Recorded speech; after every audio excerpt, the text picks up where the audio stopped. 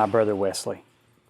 He was a strong, intelligent, beautiful young man, an accomplished athlete in multiple sports. On February 6, 2019, less than 2 years after this footage was taken, he killed himself.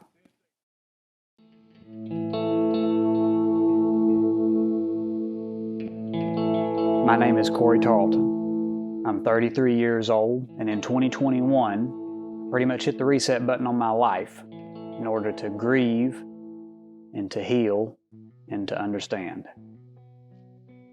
I took time to think, and I went on a few adventures. I met up with old friends, and I made some new ones. I used my passion for photography and videography in order to document the journey so that I could share it with you. In the time since Wesley's death, a lot of really chaotic thoughts and strong emotions have clouded my mind. As I've processed these things, I've become more and more compelled to say something, anything, that might end up helping someone else. If you're watching this, maybe you've experienced extreme grief, or you know someone who's going through it. Or maybe you yourself are struggling right now.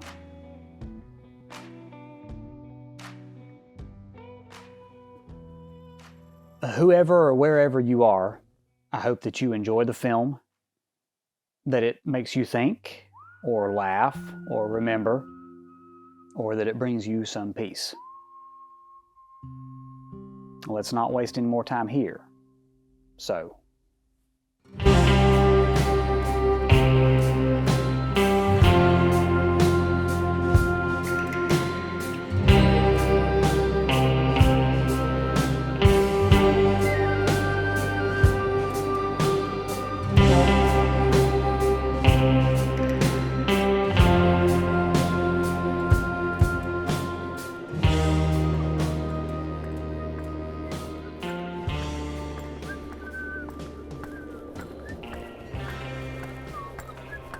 where do you think you're going?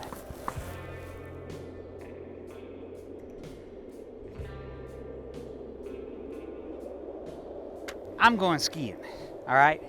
This is about me. It's about what I want to do, okay? Is that right? You know how much that's gonna cost? I just gotta take some time for me. I gotta go do something because I want to do it, you know? And right now, for me, that's skiing. It's getting way out there, man. I just don't think that it's in the budget right now. You're way too serious. You're way too serious. You think about stuff way too much. Just give in every now and then, man. Let go of it. I think you need to think about someone other than yourself. Dude, I ain't listening to all that, man. We have You've been certain in charge way responsibilities. too long, and you're too serious. Certain things to think of, certain people Where's to it got think you? of. I mean, Huh? what would our parents think? What would our friends think? What would society think? I mean, you. Now hold on just a second there, fellas. I believe that there's a compromise to be made here.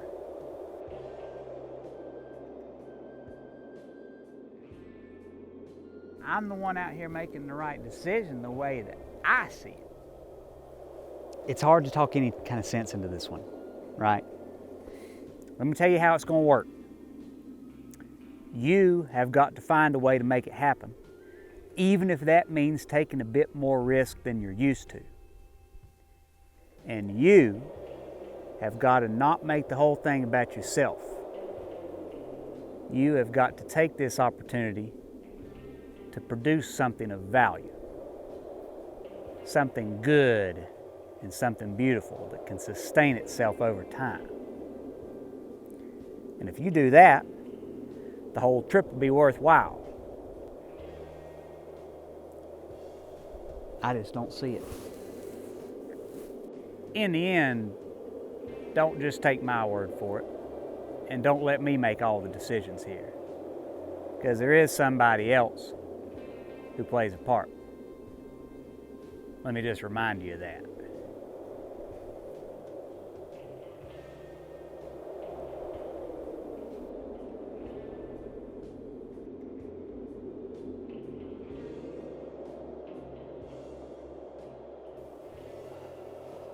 I'll see what I can do.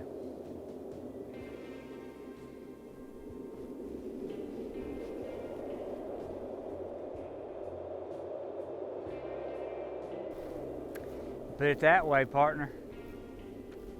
I'm cool with it.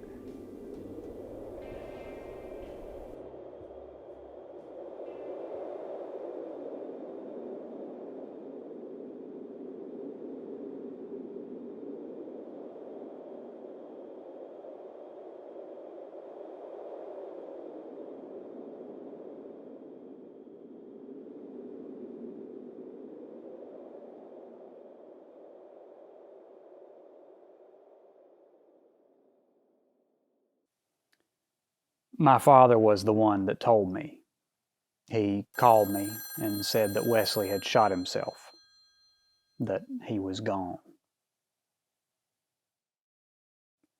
I think that call from Dad ended up giving me some anxiety about answering the phone after that.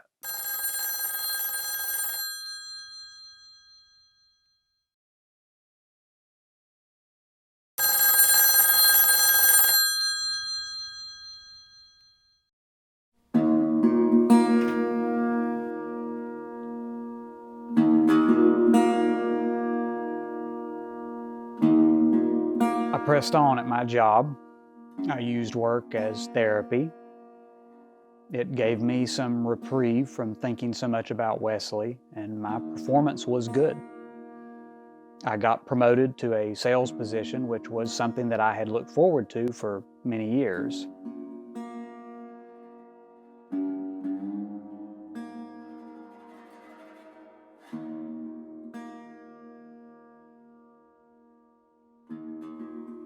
Eventually, I hit a wall, just ran out of gas.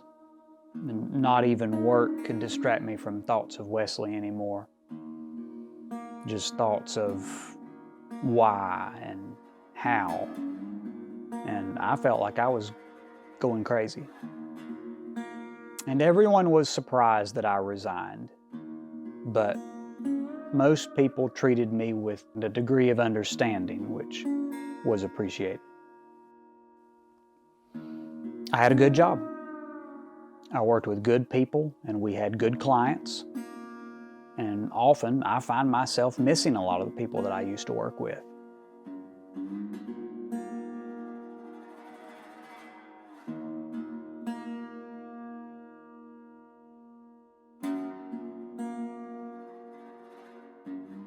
Looking back on it, I probably should have kept my job. Maybe asked for more flexibility or taken a leave of absence.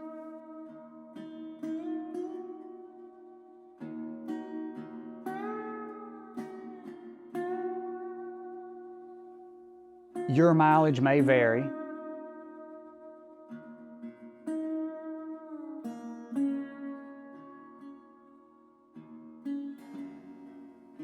But I also remember how I felt back then. And I don't beat myself up too much for what I did.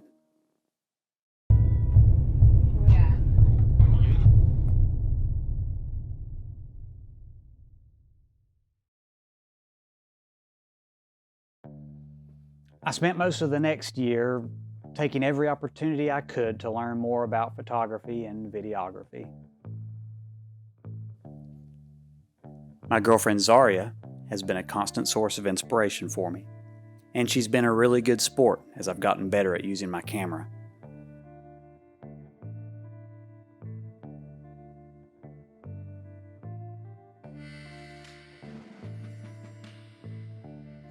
Her adventures as she's pursued her career in music have given me plenty of opportunities to practice and get better, and to get outside of my comfort zone.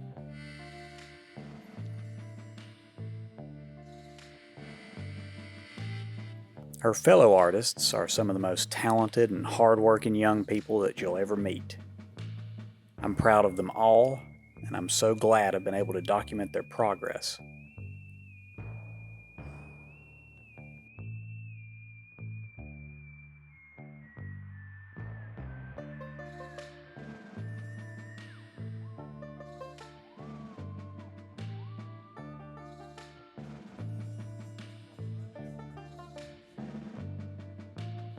Creating these images of our travels and reunions has become increasingly important to me. I think about Wesley, and I often wish I had more footage of him. But I'm thankful for what we do have, and I feel led to continue this pursuit of preservation so that the future may remember us, and we may remember ourselves.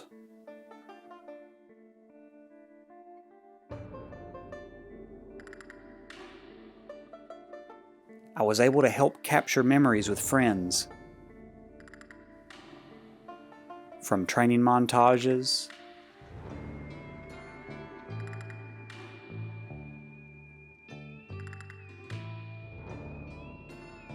to powerlifting competitions, which are really a sight to behold,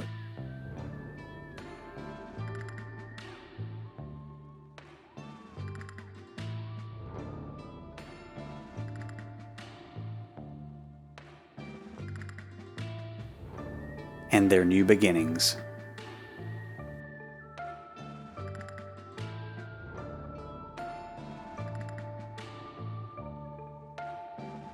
And I've enjoyed every minute of it.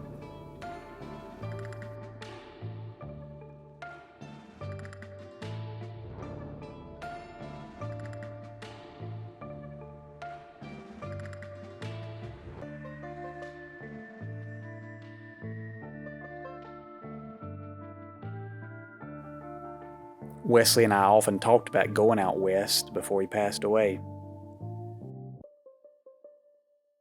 So that's what we did. A cross-country road trip in his memory. Rascal, are you going to stay with Uncle Travis for a couple months? Goodbye, King Travis. Goodbye. Drive. I know you will thrive when you go out west, 'cause you are the best. That's fantastic. Gosh.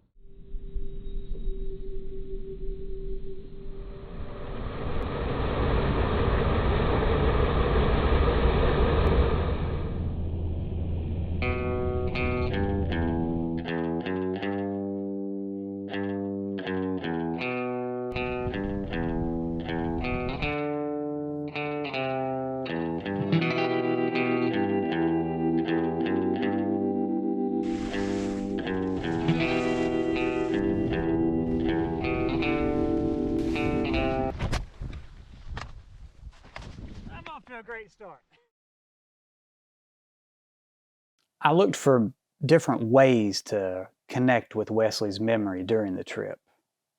He and I played hundreds of hours of video games together growing up. One of our favorite series was Red Dead Redemption.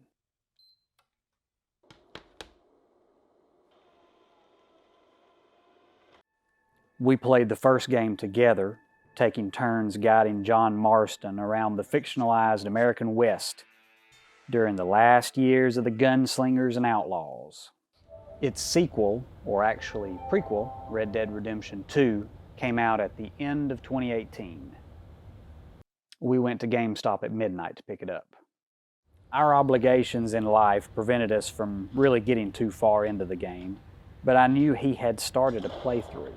And sure enough, on the dusty old PlayStation 4 that he left behind, I found it. I decided I'd pick up where he left off and finish the story of Arthur Morgan for him.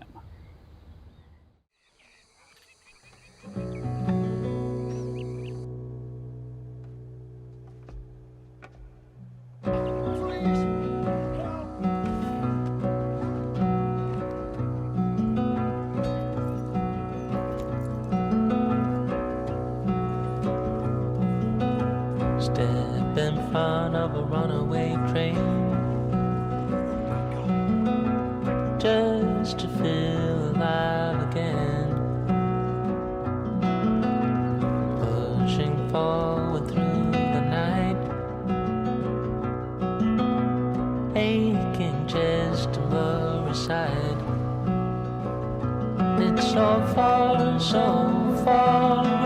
away. It's so far away.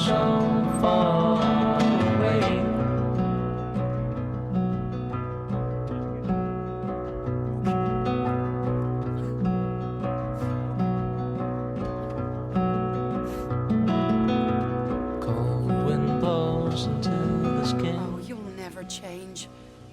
I know that. Can't believe the state you're in. It's so far away. It's so far away. Okay. Who are you trying to press? Steadily creating a mess. Ich hab gedacht, du sagst zurück. Beinahe wärst du gewesen. Meine Lieblinge. Meine Herz allerliebsten. Oh. Step in front of a runaway train, Vielen Dank. Herzlichen Dank. just to feel alive again. Sorry, but we're family now. Arthur, you and me. Sons of Dutch makes us brothers. Sometimes brothers make mistakes. Aching chest and lower side. Aching chest and lower side.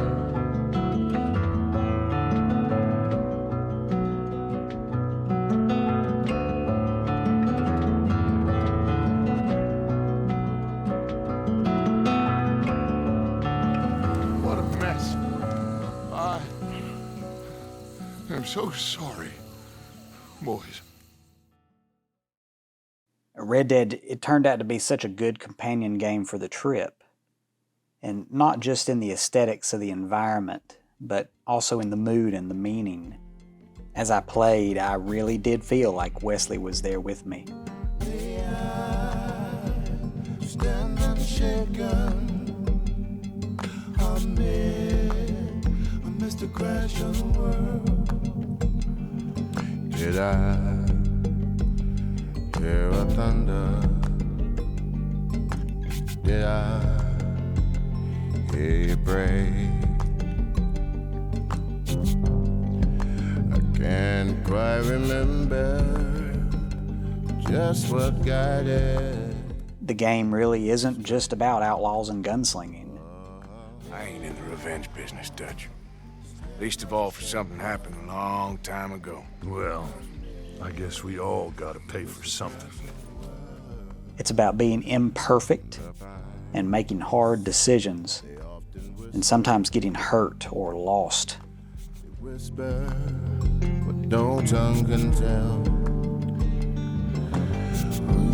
He who drinks from the deep water, may he know like a gentleman, or at least the depths try to, of the well. once in your brainless life. Stand unshaken amidst the crash of the world. May I stand unshaken amidst the crash of the world. Oh, traveler, what have you seen? Where there crossroads, where you been, where you been? I once was standing tall, now I feel my back's against the wall. Oh, stand unshaken amidst the crash of the world.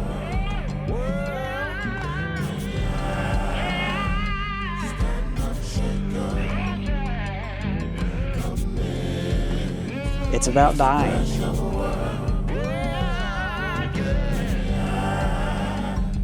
Stand unshaken amidst the crash of the world. And it's about losing your brother.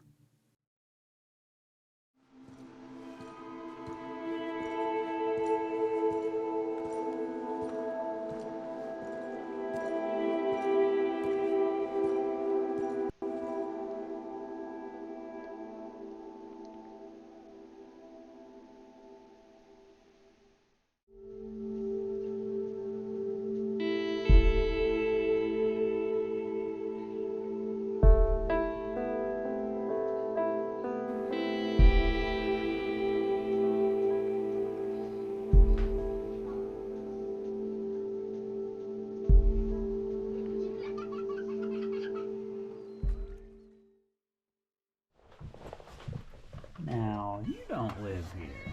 I don't believe you live here. What a lovely cat.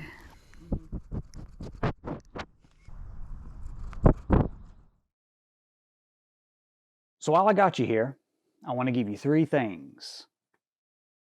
The first thing is to be a good watcher and to be grateful for those that watch over you. Ask yourself, who watches over you? I bet a few names and faces come to mind pretty quickly. They might be your parents, your friends, your coworkers, your children, or anybody else. They are the people who, for a variety of reasons, take interest in your life and well-being. They frequently reach out to you, even if you've stopped reaching out to them, and they respond quickly if you send them a message or call them. They react to your posts on social media, and they send you things that they think you might like. It's easy to take people like this for granted, or to even become annoyed with them if you feel like they're becoming too involved in your business.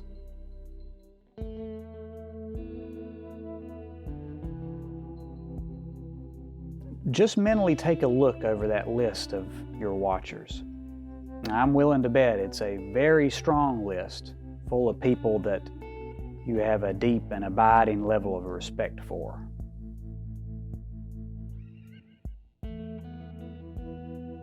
Make a new list. And this time, think about the people that you watch over. And you may have a variety of different reasons for watching them, but most of them will be people that you care about pretty deeply.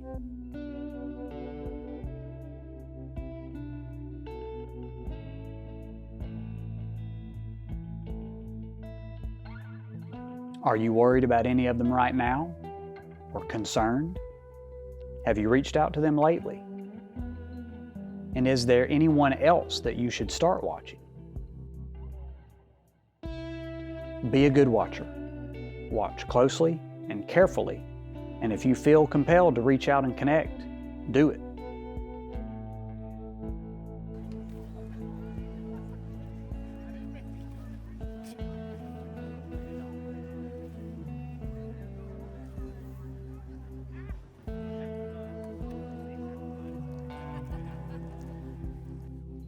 There's no better time than right now to say something. Out with it.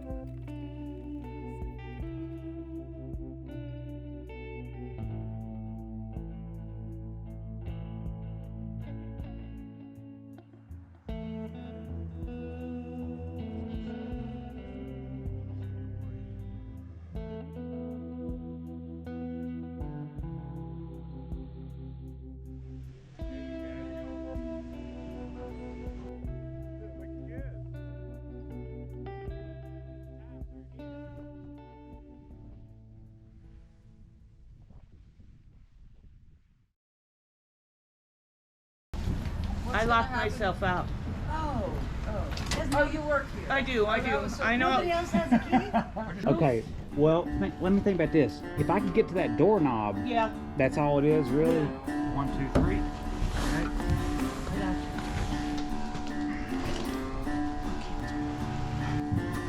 You're the bomb. Oh, yeah. Oh, it's warm back here. Can we get a lift ticket? Can we get a buddy ticket? Free lift tickets.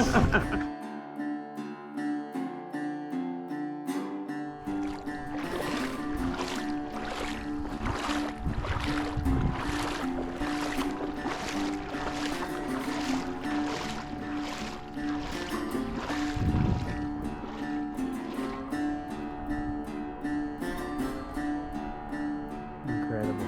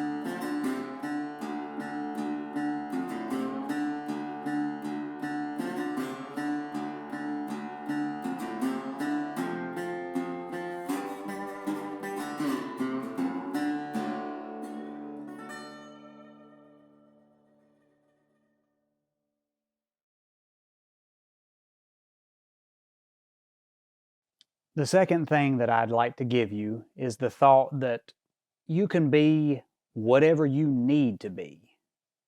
We hear the saying, you can be whatever you want to be, a lot. And it's true. But depending on what it is that you do want to be, it can take a lot of hard work, a long time, and definitely some luck to get there. Having a goal like this can be powerful motivation. The person that you want to be will constantly pull you toward your future self. But sometimes, obstacles or setbacks, accidents, or just sheer bad luck can put us and keep us far away from where we want to be.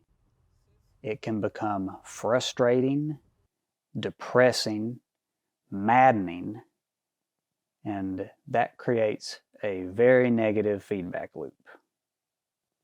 I just leave you with this to consider. You can be whatever it is that you need to be right now.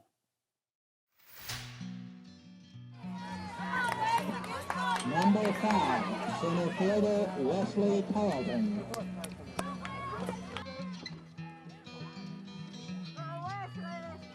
Perhaps you need to be tired and sad and distressed and worn out.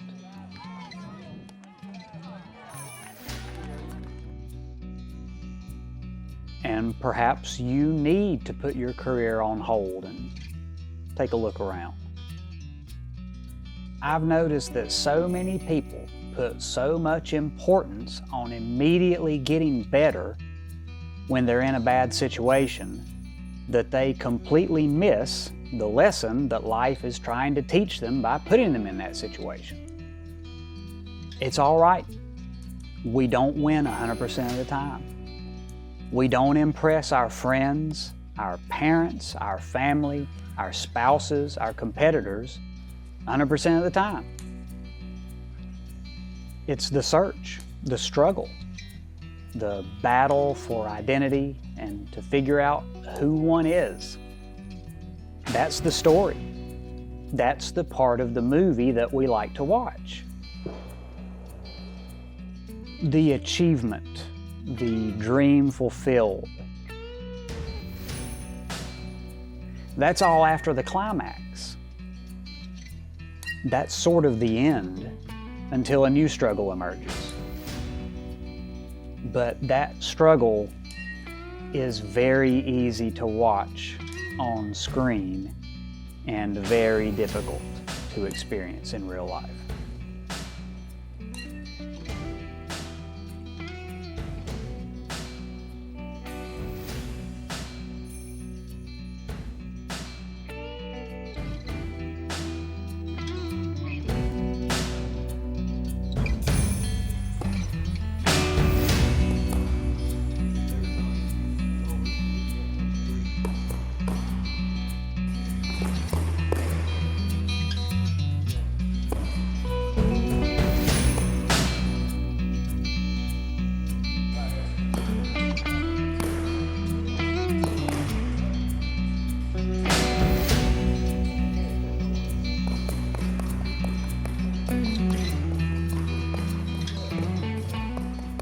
But if you are struggling and fighting and battling and trying and failing and starting over and over again, you are in the interesting part of the movie.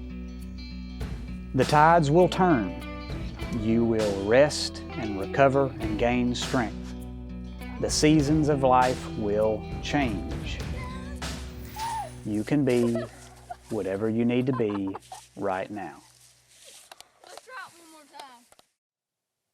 Endure and keep playing. I guess I'm afraid. There is nothing to be afraid of, Mr. Morgan. Take a gamble that love exists and do a loving act.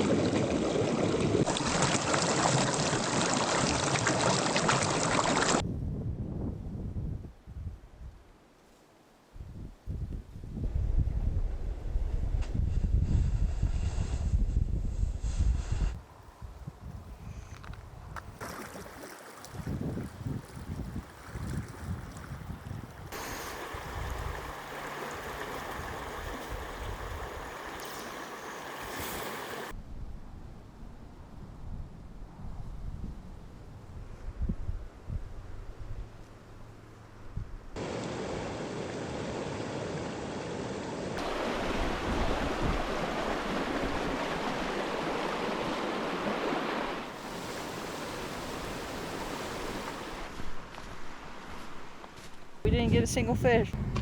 I've disappointed myself. It wasn't your fault. Not a bit. But it was beautiful.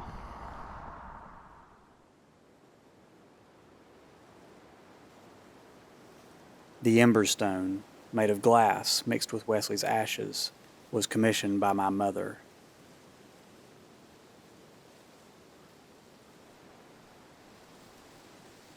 By bringing it along with us, in a way, he made it out west after all.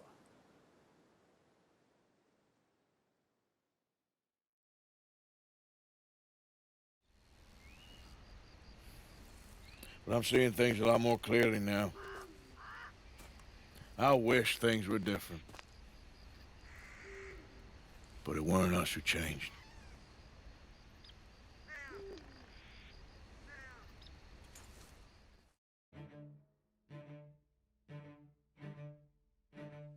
The last thing that I want to give you is something that is related to a question that has haunted me since Wesley's death. And that is this: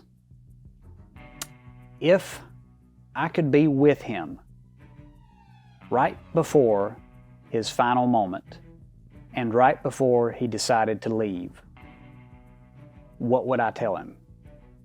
What would I say to him?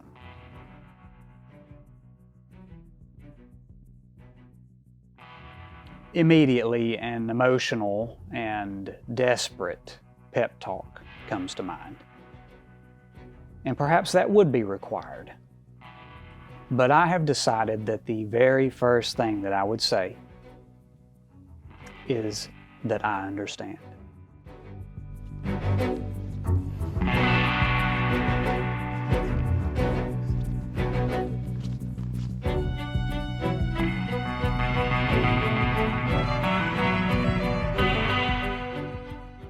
I get it. You're not crazy.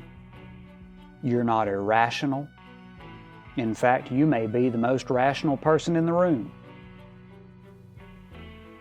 But I guarantee there are many who would miss you dearly.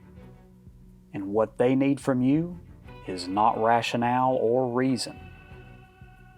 What we all need is hope and faith that things will get better. And they will, even in the face of life's many injustices. They will get better just because you stay here. We need you to keep fighting the good fight.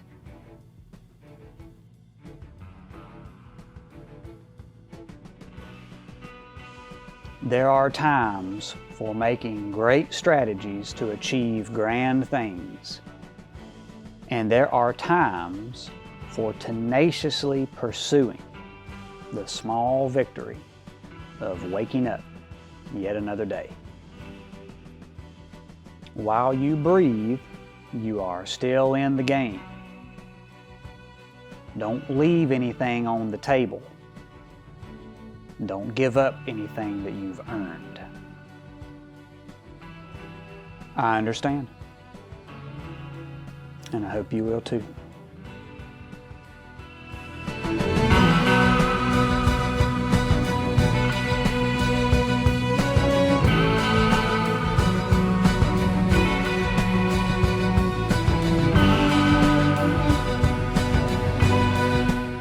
The only thing I ask of you is to stick around. Play your hand all the way through, and I'll be proud of you for doing so.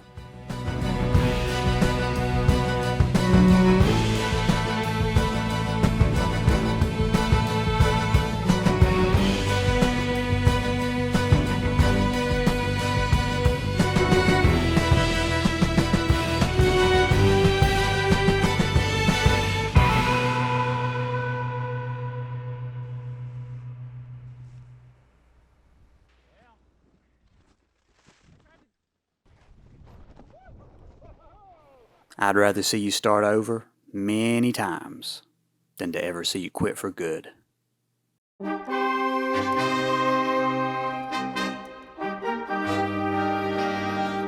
It would mean a lot to me.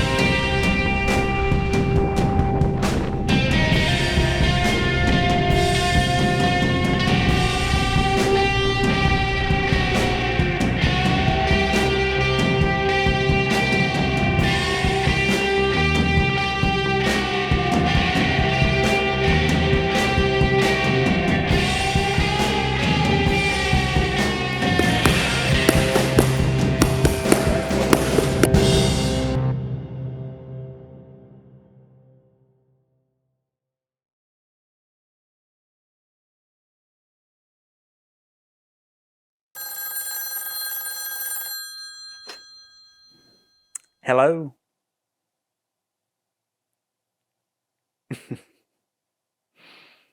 Yes, I feel a lot better now.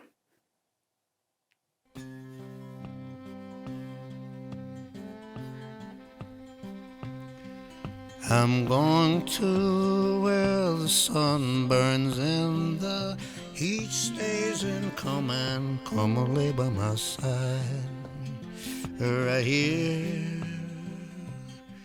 to where the river turns to dust and God is never rushed. Come and lay by my side. Right here, Red, I love you and the world. It seemed to make sense when Brother Santo said, oh, one more run be enough. Gonna be enough. Money for everything, silver-toed boots and kerosene. Come and lay by my side right here.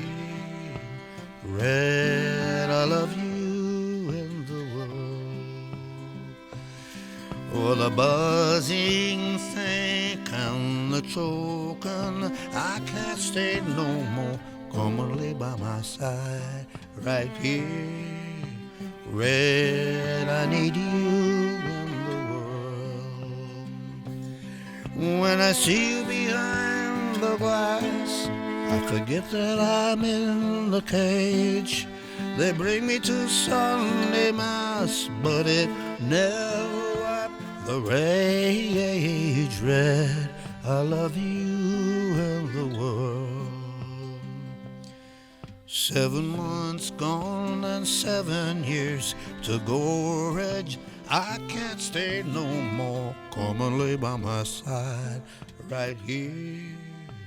Red, I love you and the world. Red, I need you and the world.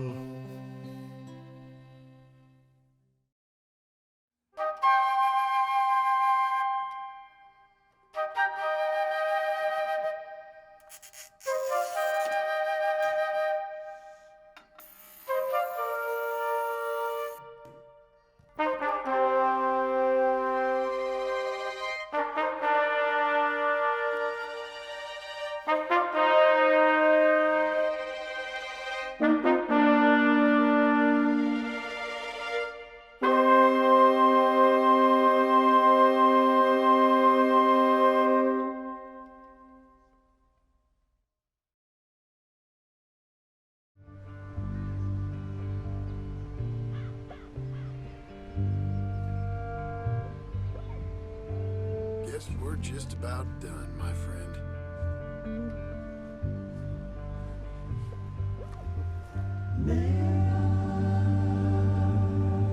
Stand and